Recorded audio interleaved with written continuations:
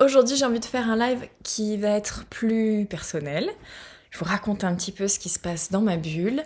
C'est-à-dire qu'actuellement, on rénove notre maison. Pour faire un petit point historique, et puis bon, c'est toujours agréable de parler de manifestation. En attendant que vous vous connectiez. Il y a tout juste un an, peut-être, allez, un an et un mois, on se décide avec mon compagnon pour acheter une maison. Et il y a donc maintenant un an, on se dit qu'on pose à plat tout ce que l'on souhaiterait pour cette maison, que ce soit vraiment notre maison de rêve. Parce qu'à ce moment-là, on habite dans un très bel endroit, au bord de la mer, dans un triplex avec vue sur la mer. Et personnellement, moi, je ne bouge pas pour un truc moins bien. Et du coup, il y a besoin qu'on se mette d'accord aussi sur nos envies à tous les deux. Et on met à plat sur une feuille A4, recto verso, tous nos critères, mais tels quels, sincères, pas en se disant c'est un peu abusé, non, vraiment on y va quoi. Et on considère que c'est notre demande à l'univers.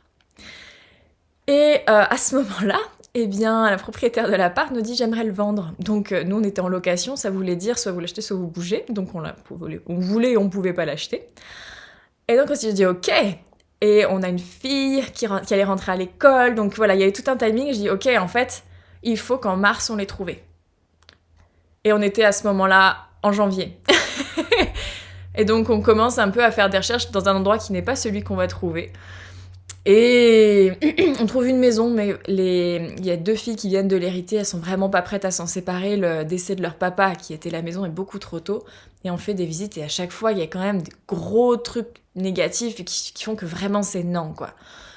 Et je commence un petit peu quand même à sentir que ça risque d'être complexe, et je me prête vraiment au jeu d'être très vigilante à mes pensées, et à ma foi, et à ne pas douter. Et je me dis, en mars, on la trouve. En mars, on la trouve. Même si là, à ce moment-là, on est en février, je n'ai aucune vision, aucune vue, je ne vois pas. Tout le monde nous dit, ah, mais là, la période est creuse, les prix ont flambé et tout ça. Et je me dis, en mars, on la trouve. Et on voit une annonce avec une maison assez vilaine, mais j'aime bien le jardin. Et sur l'annonce, c'est marqué, il y a une rivière en bas de la maison. Et ça faisait partie de nos critères, la rivière. Et du coup, je dis, bon, ben, c'est pas dans notre secteur, la maison, elle est pas très jolie vue de l'extérieur, mais de l'intérieur, ça a l'air assez mignon. On va voir. Et là, on y va, et il y a tout ce qu'on veut. Et la maison de l'extérieur était moche, parce qu'on voulait une maison en pierre. Mais en fait, ça a été, dans les années 70, je pense, ils ont crépi les pierres. Donc en fait, il y a là tout ce qu'on voulait, sauf ce petit truc qui peut se régler. Et donc, on commence les démarches pour pouvoir l'acheter. Nous sommes plusieurs acheteurs parce que le prix est quand même très raisonnable et la maison très belle. Et on est sélectionnés. Et en plus, on est les plus jeunes, ce qui me paraît assez ouf. On connaît pas du tout l'endroit, mais on s'est dit, allez, allons-y. La vente est un peu compliquée, alors... Pour ceux qui savent pas, petite parenthèse, on m'avait prévenu qu'il fallait bien prendre son notaire et pas prendre le notaire du vendeur. Faites ça, hein. Parce qu'on a eu de vrais problèmes avec le notaire du vendeur et heureusement qu'on avait pris notre notaire. Bref, la vente a été plus longue que prévu. Mais on emménage enfin en août. Donc en août, on déménage et on emménage. Et donc on commence les travaux de rénovation en septembre. Donc ça fait septembre, octobre, novembre, décembre, janvier. Donc ça fait 4 mois qu'on rénove. Donc c'est assez récent. Mais on en a déjà vécu des choses. Et donc coucou Reine. Et donc, ce live est là pour vous partager les enseignements spirituels que j'ai appris en 4 mois là déjà de rénovation. Et comme tout enseignement, quand on est enseigné, c'est rarement confortable. C'est pas un truc qu'on kiffe vivre. Mais une fois que c'est fait, on est très content.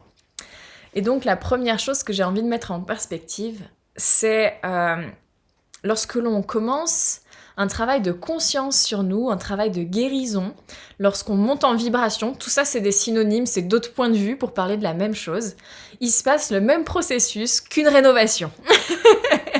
Vous allez voir. J'ai acheté la maison. Enfin, avec mon compagnon, nous avons acheté la maison. Moi, plus grosse partie que lui, mais nous avons acheté cette maison. Et donc l'argent est sorti, et continue à sortir pour les travaux, de notre compte. Donc, sur nos comptes en banque, on est plus pauvre qu'avant. Actuellement, la maison, elle était jolie. Seulement, on a voulu l'aménager à notre sauce, donc on casse des murs, on refait l'isolation, donc ce qu'on voyait de sympa, actuellement, il y a de l'isolant, il y a de placo, il y a voilà, plein de trucs. Du coup, il y a de la poussière de partout, il y a des gravats dans tous les sens, et on n'habite pas encore dans cette maison. On a eu la chance incroyable d'acheter dans ce lot qui est la maison, un gîte en pierre dans lequel on vit, qui est donc un plus petit gîte, à côté, comme ça on est au chaud, au propre, et on est à 10 mètres de la maison pour les chantiers, ce qui est quand même assez idéal. Mais je n'ai plus l'argent sur mon compte, la maison qui était jolie n'est plus vraiment jolie actuellement, on s'entend, hein, c'est normal, et on vit dans un truc plus petit, plus sombre qu'avant. Et donc ça, c'est ce qui se passe pendant notre chemin de conscience. On était à un endroit connu, pas trop mal, mais on voulait plus, on voulait mieux et on voulait se sentir mieux que ça. Ça peut arriver quand t'es en couple avec quelqu'un, ça se passe pas très bien, mais vous avez vos habitudes, vous vous connaissez, voilà, vous connaissez ce qui va déclencher la personne émotionnellement, vous savez les défauts de la personne, vous savez ses qualités, vous savez ce qui marche dans la sexualité également. Vous êtes là, mais vous dites, ok, en fait on s'engueule tout le temps, en fait je sens que je suis pas nourrie dans cette relation et donc j'aimerais mieux. Et là en gros, on pourrait coller ça avec l'achat de la maison. Il se peut, il y a 1000 cas de figure pour aller mieux dans son couple, mais il se peut que la solution que tu aies choisie, c'était de te séparer. Et du coup, tu vas quitter. Tu n'étais pas seule, tu étais quelqu'un que tu connaissais, il n'avait pas que des défauts, mais tu voulais plus, tu voulais mieux, tu aspirais à autre chose. Ton cœur t'a guidé là. Et donc, tu es en plein chantier de rénovation parce qu'en fait, tu as perdu le truc qui était pas trop mal et t'as pas encore le truc génial. Et ça, on pourrait appeler ça l'enseignement de la foi. C'est-à-dire que tu as senti dans ton cœur qu'il fallait bouger. Ça peut être la même chose pour un travail, hein, par exemple. Tu as senti dans ton cœur qu'il fallait bouger. Et le fait de quitter, tu n'as pas les résultats comme ça. Si tu veux arrêter de fumer, c'est la même chose. Si tu veux arrêter de quelque drogue qui soit, c'est la même chose. T'as pas encore les bénéfices et t'as pas encore les bénéfices à venir nouveaux et t'as plus les bénéfices anciens. T'es dans ce sas plus ou moins long de rénovation, de reconstruction, où tu vas devoir du coup télécharger des nouvelles connaissances, tu vas devoir télécharger des nouvelles pensées, des nouvelles façons de faire pour accéder au truc qui t'a motivé au début, mais que tu n'as pas encore. Et ça, c'est un endroit où je vois plein de personnes me dire je préférais ne pas être consciente, tu vois, je préférais rester dans mon ignorance. Au moins, j'étais ignorante heureuse, tu vois. Est-ce que ça vous parle ? Cet endroit où on se dit, mais c'est la merde maintenant. Ok, j'y suis allée, ça me fait pas kiffer. Est-ce que j'ai bien fait ? Est-ce que ça va vraiment se passer ? Est-ce que ça va se passer comme je l'imagine ? Alors, réponse directe, hein. Ça va pas se passer comme tu l'imagines exactement. Moi, sinon, il n'y a pas de... Il n'y a pas de sujet, il n'y a pas vraiment d'enseignement, en fait. Notre cerveau est beaucoup trop limité pour prendre en compte tout le champ de potentiel et il s'imagine que ça doit se passer d'une façon. Il s'imagine que cette façon va être la mieux parce qu'il pense qu'il va moins souffrir. Moins souffrir pour le cerveau, c'est juste « au moins j'ai prévu ». Sauf que non, il y a plus grand qui nous attend, il y a plus d'amour que ça, il y a des enseignements plus libérateurs, donc ça se passe rarement comme prévu. Ça ne veut pas dire qu'on n'aboutit pas là où on souhaitait. Si, généralement si. D'autant si on s'est calibré pour la manifestation, qui est quand même un apprentissage énergétique et même de connaissance, ça arrive. Sauf que le chemin pour y arriver, notre cerveau, c'est rarement comment ça va se passer. Je n'ai jamais vu ça. On s'imagine qu'une manifestation, ça va être une ligne comme ça qui nous amène à cet endroit-là, alors qu'en général, c'est voilà. C'est ça la manifestation.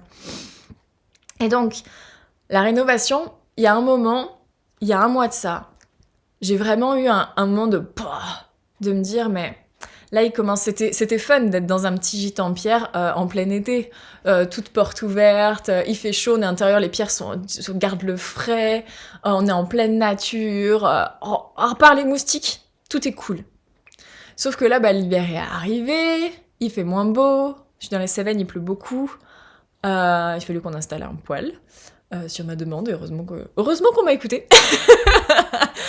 Et il me dit ok, et j'ai plus l'argent que j'avais, et j'ai pas encore le résultat.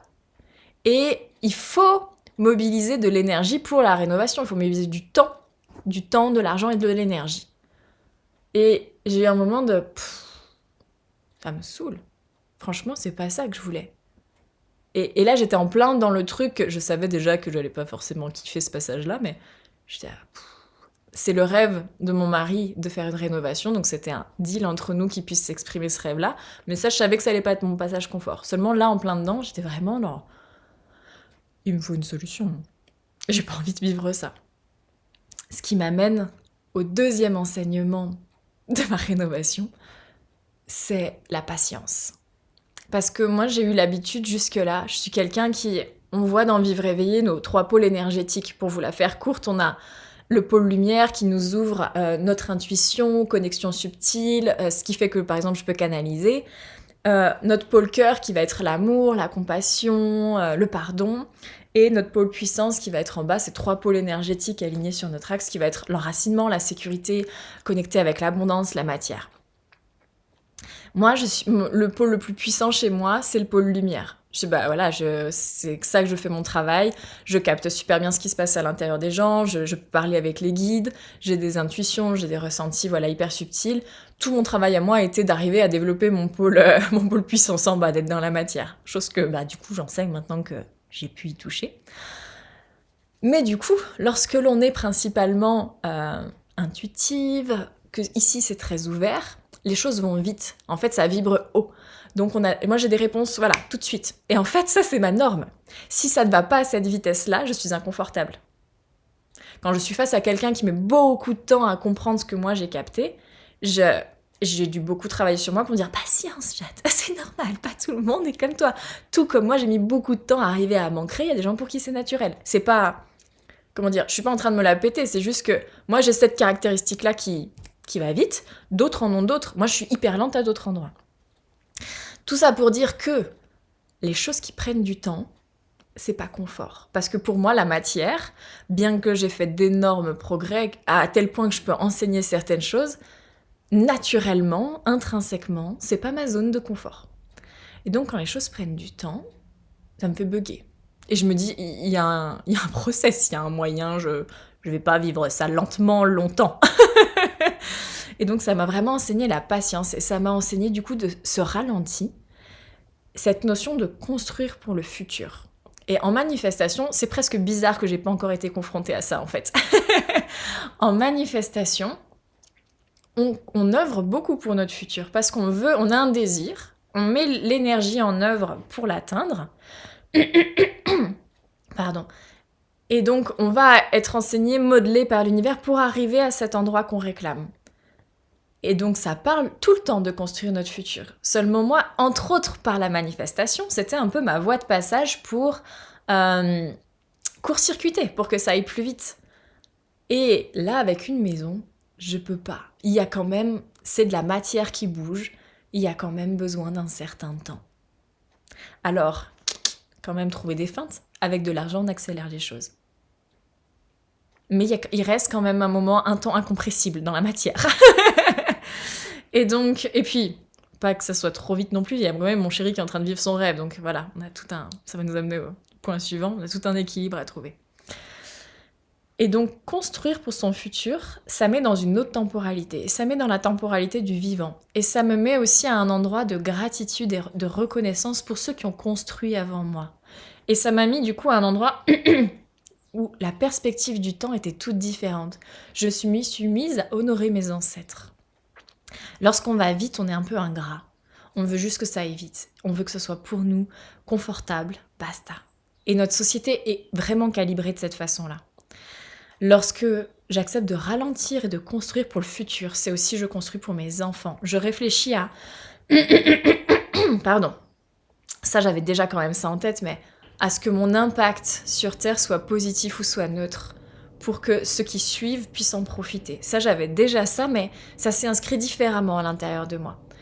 En tout cas, c'est venu non pas penser pour le futur, mais aussi pour le passé.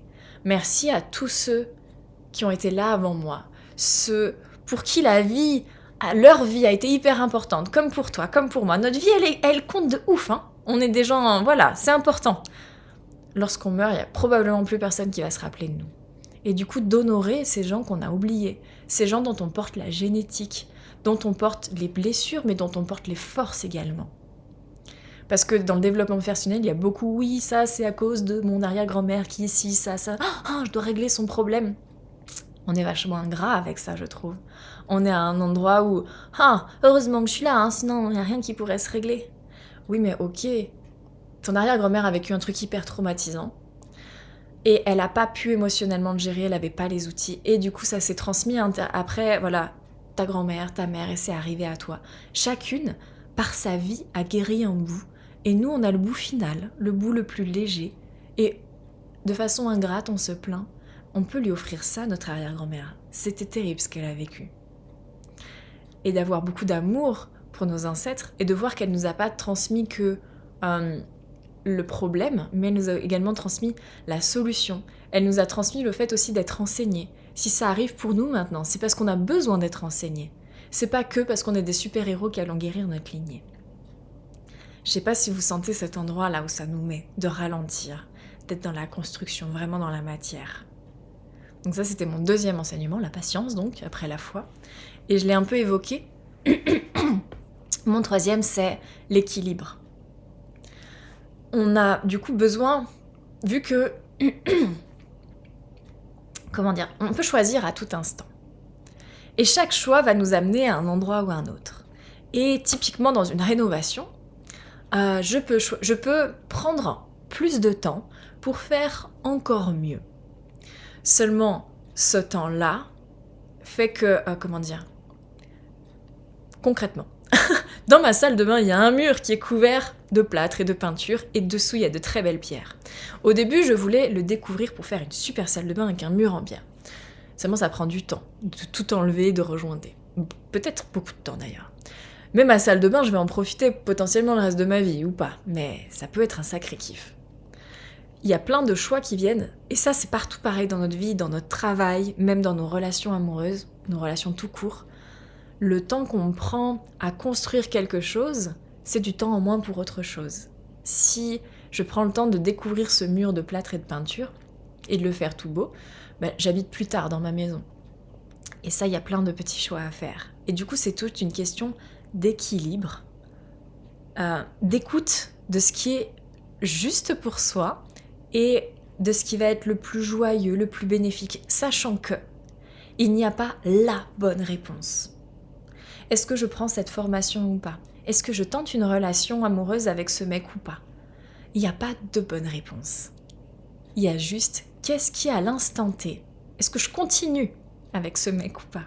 À l'instant T, qu'est-ce qui nourrit le plus ta joie ? Qu'est-ce qui est plus bénéfique ? Ça veut pas dire que tu auras fait le meilleur choix de ta vie. Ça veut pas dire que... En fait, ça place à un endroit où il n'y a pas d'erreur. Et on est souvent paralysé par la peur de l'erreur, la peur de l'échec. Et si on enlève ce truc de... Mais de toute façon, il n'y a pas d'erreur. J'ai un mur en pierre ou j'ai pas un mur en pierre. Tu auras essayé une expérience amoureuse de quelques mois de plus, ou de quelques mois avec quelqu'un, ou peut-être de toute la vie. Tu ne peux pas savoir.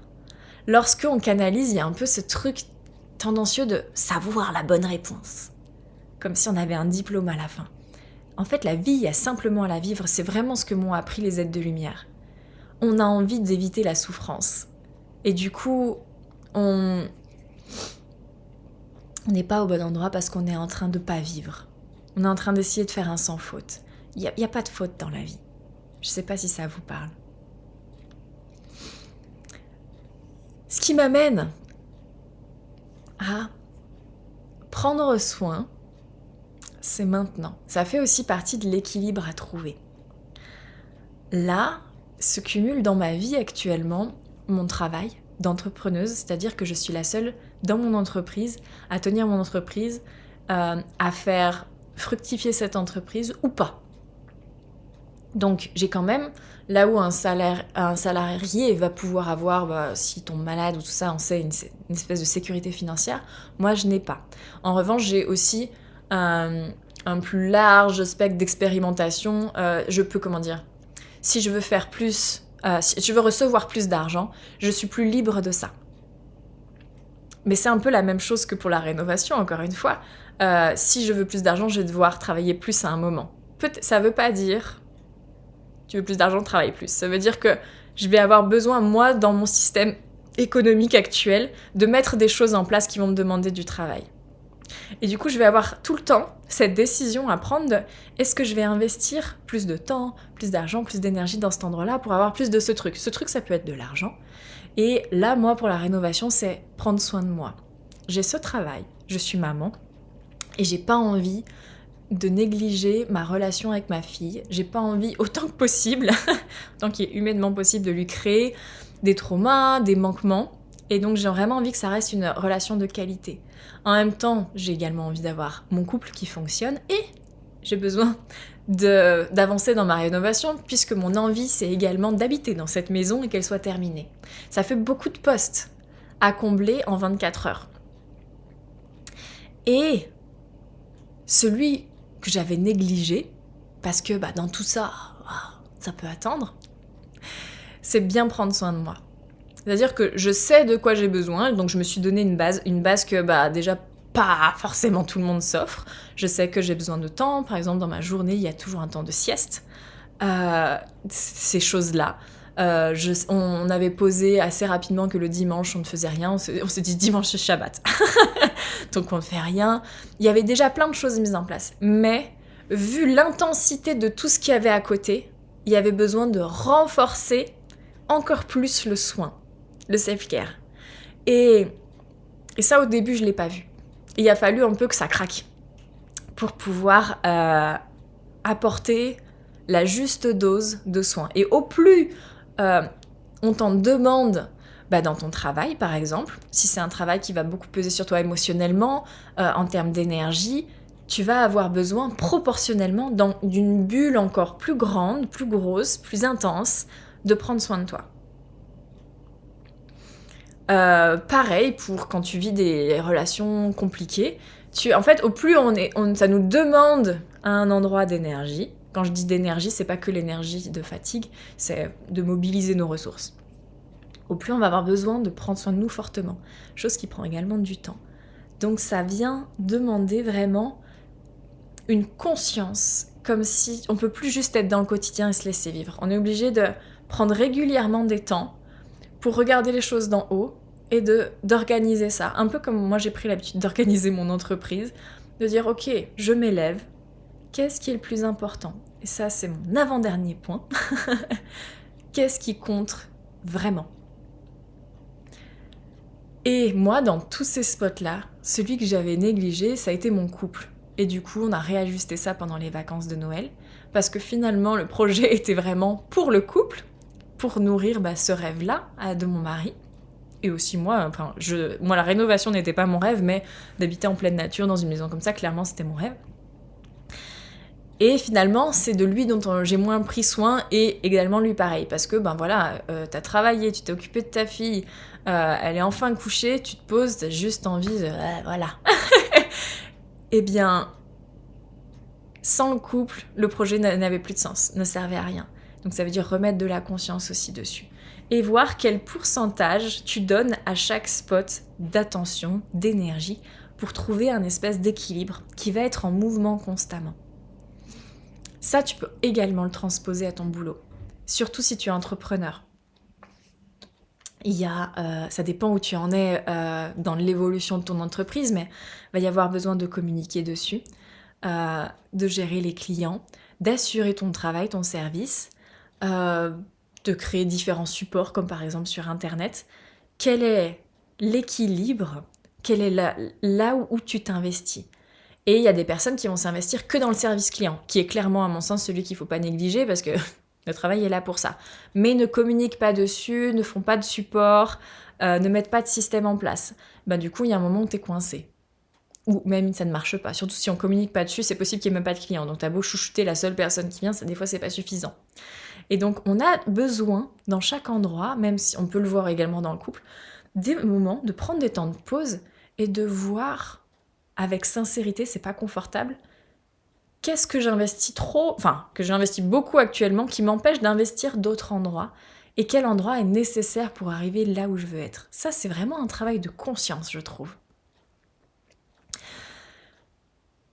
Je crois que j'ai fait le tour de ce que je voulais vous dire. Est-ce que dans ce que j'ai dit, il y a eu des questions qui ont un petit peu popé? Tant que je suis en live, je vous réponds. Je réfléchis en attendant, voir si je vous ai tout dit. Je crois que c'est bon. Je fais un petit tour, je regarde s'il y a eu des choses qui sont sorties que j'ai pas vues. Ok. J'attends encore 1 minute ou 2 pour vous laisser le temps d'écrire une question si besoin, mais sinon je vais terminer. Peut-être en attendant une petite conclusion qui va être que en manifestation, souvent on a un objectif et on peut se laisser comme un peu éblouir par l'objectif. C'est-à-dire, je sais pas, tu souhaites plus d'argent, tu souhaites un meilleur travail, tu souhaites... Merci pour ce partage, avec plaisir, Anne.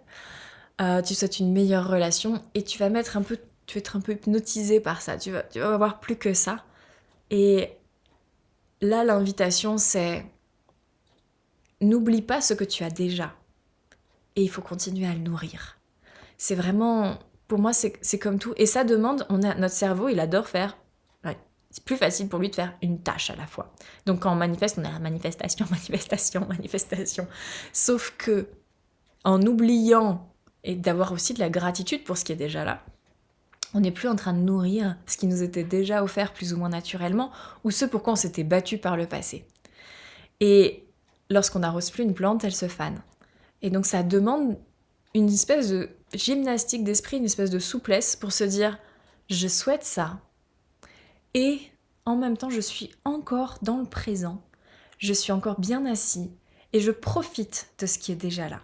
Et en fait, c'est pas quelque chose de compliqué, c'est pas quelque chose de vraiment difficile, c'est d'arriver à ouvrir notre esprit qui a tendance un peu à être rigide et sclérosé pour lui dire « regarde tout ça ».